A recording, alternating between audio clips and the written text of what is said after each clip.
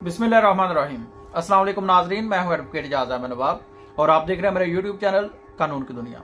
इस वीडियो में हमने बात करनी है कि इस्लामाबाद हाई कोर्ट में एक बहुत बड़ी और अहम पेशरफ्त सामने आई है।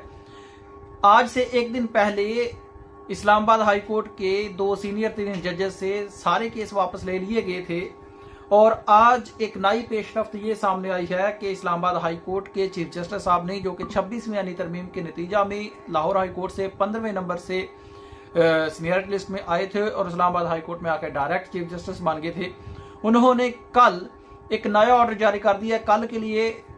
पुराने जजेस के लिए खासतौर पर एक नया ऑर्डर जारी किया। वो ऑर्डर क्या है, उस पर अमल दरामद किया जा सकता है या नहीं, और ये कितनी देर बाद ऐसा ऑर्डर आया है, क्या जो सीनियर जजेस हैं, जो 26वीं यानी तरमीम से पहले वाले जजेस हैं, क्या वो चीफ जस्टिस साहब का ये हुक्म मानेंगे या नहीं, इसके पीछे रीजंस क्या है वो आपके साथ शेयर करनी है। और साथ में ये रीजन शेयर करनी है कि क्या वजह थी कि इन 2 जजेस से सारे के सारे केसेस वापस ले लिए गए और इस बंदोबस्त के तहत कह लें या इस ऑर्डर के तहत कह लें, इस इंतजामी साइड से गवर्नमेंट को किस तरह से बचाया गया है और इसके पीछे रीजन क्या है। पहले मैं आपको बताता चलूं कि सीनियर 3 जजेस सरदार इजाज इसहाक खान साहब और जस्टिस बाबर सत्तार साहब, ये वो 2 जजेस हैं जो 6 जजेस जिन्होंने लेटर लिखा था मदाखलत पर, उनमें भी शामिल थे। ये वो 2 जजेस हैं जिन्होंने सीनियरिटी इस्लामाबाद हाई कोर्ट की 26वीं यानी तरमीम के बाद बनने वाली सीनियरिटी को चैलेंज किया था और मौजूदा जो चीफ जस्टिस साहब हैं सरदार सरफराज डोगर साहब, जो इस्लामाबाद लाहौर हाई कोर्ट में 15वें नंबर पर थे सीनियरिटी में, और यहाँ से उठकर जब ये इस्लामाबाद हाई कोर्ट गए वहां पर डायरेक्ट जाके चीफ जस्टिस बन गए, तो इनकी तैनाती को भी चैलेंज करने वाले में इन 2 जजेस शामिल थे, ये सरदार इजाज इसहाक खान साहब और जस्टिस बाबर सत्तार साहब। अब आपको पता है कि जस्टिस बाबर सत्तार साहब ने डीसीओ इस्लामाबाद को सजा भी दी थी। जस्टिस बाबर सत्तार साहब ने और मोहसिन अख्तर कियानी साहब जो है मिसिंग पर्सन पर भी उन्होंने ऑर्डर जारी किए। जस्टिस बाबर सत्तार साहब ने इदारों को भी तलब किया और अपनी राय दी, और इस तरह से जो 26वीं यानी तरमीम है, जो हुकूमत है, जो चीफ जस्टिस साहब हैं, उनकी बाबत गाए बगाए लिखते रहे।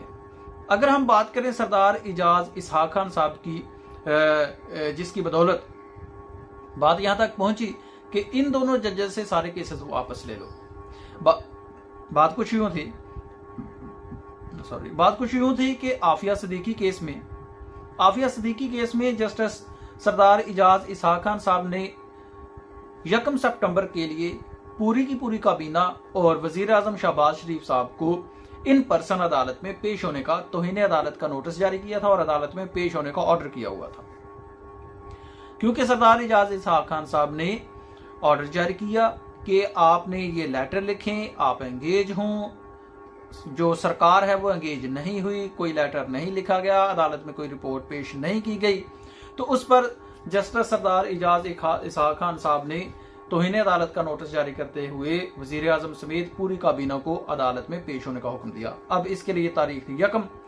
यकम तारीख को। अगर तो अदालत में ये पेश ना होते तो कार्रवाई आगे बढ़ती, और अगर अदालत में पेश हो जाते तो फिर कार्रवाई किसी और तरफ जाती, या कोई माफी मांगना पड़ती या अदालत में पेश होना पड़ता। और 1 सितंबर आने से पहले क्या हुआ, क्योंकि छुट्टियां खत्म होनी थी, छुट्टियां खत्म होते ही जस्टिस बाबर सत्तार साहब ने भी अपनी पहली पोजीशन पर आना था, अपने केसेस में वापस आना था। उनके पास भी इंपॉर्टेंट सरकार से रिलेटेड केसेस लगे हुए हैं। सरदार इजाज इसहाक खान साहब के भी पास भी ये केस लगा हुआ है। और आपको मैं ये भी बताता चलूं कि एक तो आफिया सिद्दीकी केस में सरदार इजाज इसहाक खान साहब ने तौहीन अदालत का नोटिस जारी किया था, और दूसरा उन्होंने छुट्टियों पर जाने से पहले जो ट्रांसफर होकर जजेस आए हैं इस्लामाबाद हाई कोर्ट में, उनको डिमोलिशन स्क्वाड का नाम भी दिया था कि ये डिमोलिशन स्क्वाड है। तो अब 1 सितंबर आने से पहले इन दोनों जजेस से इस्लामाबाद हाई कोर्ट के चीफ जस्टिस साहब ने सारे के सारे केसेस वापस ले लिए। इन केसेस के साथ ही सारे केसेस वापस ले लिए और इनके सिंगल बेंच ही खत्म कर दिए, यानी कि ये कोई केस सुन ही नहीं सकते, सिंगल केस सुन ही नहीं सकते। इनकी बना दी डीबी, और डीबी बनाई जी टैक्स के केसेस में। ये कोई कॉन्स्टिट्यूशनल केस नहीं सुन सकते, कोई क्रिमिनल केस नहीं सुन सकते, कोई सिविल मैटर नहीं सुन सकते। इन्होंने अब सुनने हैं सिर्फ टैक्स मैटर सुनने हैं और डीबी में सुनने हैं, सिंगल ये काम ही नहीं करेंगे। इस पर इन दोनों का क्या रद्द अमल आता है और कब आता है, ये बाद की बात है, लेकिन अब तक ये है कि इन दोनों से ये दोनों इंपॉर्टेंट केसेस वापस लेकर अब ये जो केस है आफिया सिद्दीकी वाला, ये केस नए आने वाले जज साहब जो हैं जस्टिस इनाम अमीन मिनहाज साहब को ट्रांसफर किया और उन्होंने समाअत की 1 सितंबर को। समाअत करके जो तौहीन अदालत का नोटिस था उस पर कोई बात ना की और फिर से ये केस को वापस भेज दिया चीफ जस्टिस के पास कि आप इसका लार्जर बेंच बनाएं, कि इस पॉइंट पर लार्जर बेंच बनाएं कि क्या chief justice master of the roster है या नहीं है। तो मामला फिर से पड़ गया खटाई में और इस तरह से गवर्नमेंट को मिल गई सपोर्ट और इस तरह से एक इंतजामी ऑर्डर से, एक बंदोबस्त से जो सरकार है उसकी पेशी रुक गई, जो गवर्नमेंट है, काबीना है, सारा मामला हल हो गया। अब उसके बाद एक और काम यह हुआ था कि कल एक जनरल बॉडी अजलास बुलाया गया था Islamabad high court bar association की तरफ से, सदर की तरफ से। वो सदर जो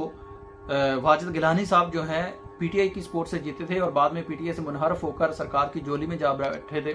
और 27वीं आईनी तरमीम आने से पहले ही उसको सपोर्ट कर दिया था।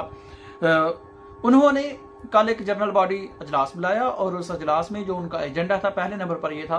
कि इस्लामाबाद हाई कोर्ट और डिस्ट्रिक्ट जुडिशरी जो है उसके जजेस की रोटेशन, कि किस तरह से उनको रोटेट करना है। इससे मिलता जुलता आज एक और बड़ा ऑर्डर है और ये ऑर्डर जारी किया जी chief justice Islamabad high court 26वीं आईनी तरमीम के नतीजा में बनने वाले chief justice Islamabad high court यानी कि 26वीं आईनी तरमीम के बेनिफिशरी सरदार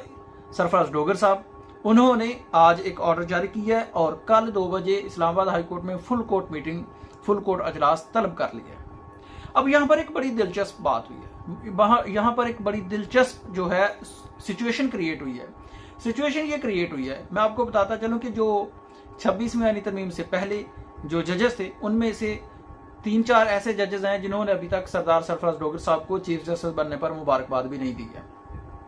14 अगस्त को जब परचम कुशाई की तकरीब करनी थी तो वहां पर भी कुछ जजेस मौजूद नहीं थे।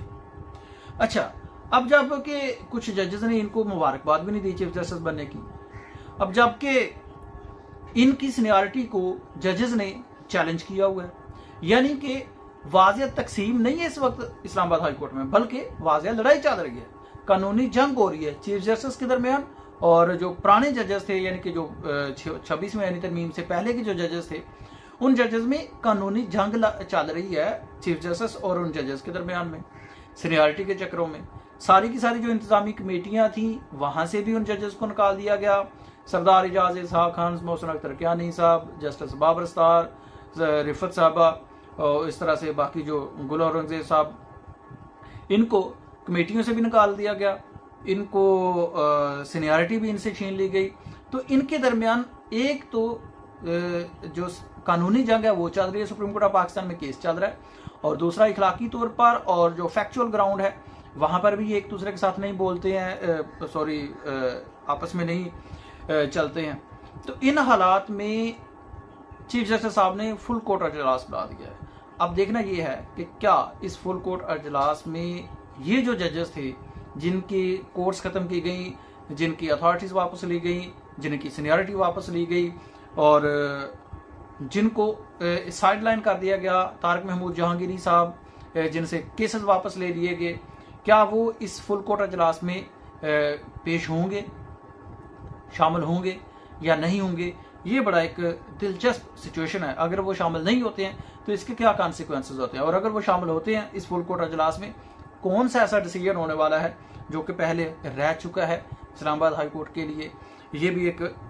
दिलचस्प सिचुएशन बनेगी। अब मैं आपको ये भी बताता चलूं कि आखिरी बार फुल कोर्ट अजलास इस्लामाबाद हाई कोर्ट में उस वक्त बुलाया गया था जिस वक्त 6 जजेस ने मुदाखलत पर सुप्रीम कोर्ट ऑफ पाकिस्तान के चीफ जस्टिस को लेटर लिखा था। उस वक्त फुल कोर्ट अजलास हुआ था और उस अजलास में ये कहा गया था, ये दोहराया गया था कि आइंदा अगर ऐसी कोई मुदाखलत हुई तो फिर इस्लामाबाद हाई कोर्ट बतौर इदारा जवाब देगी। लेकिन उसके बाद कौन सा इदारा और कौन सी मुदाखलत, सिनेरियो चेंज हो गया,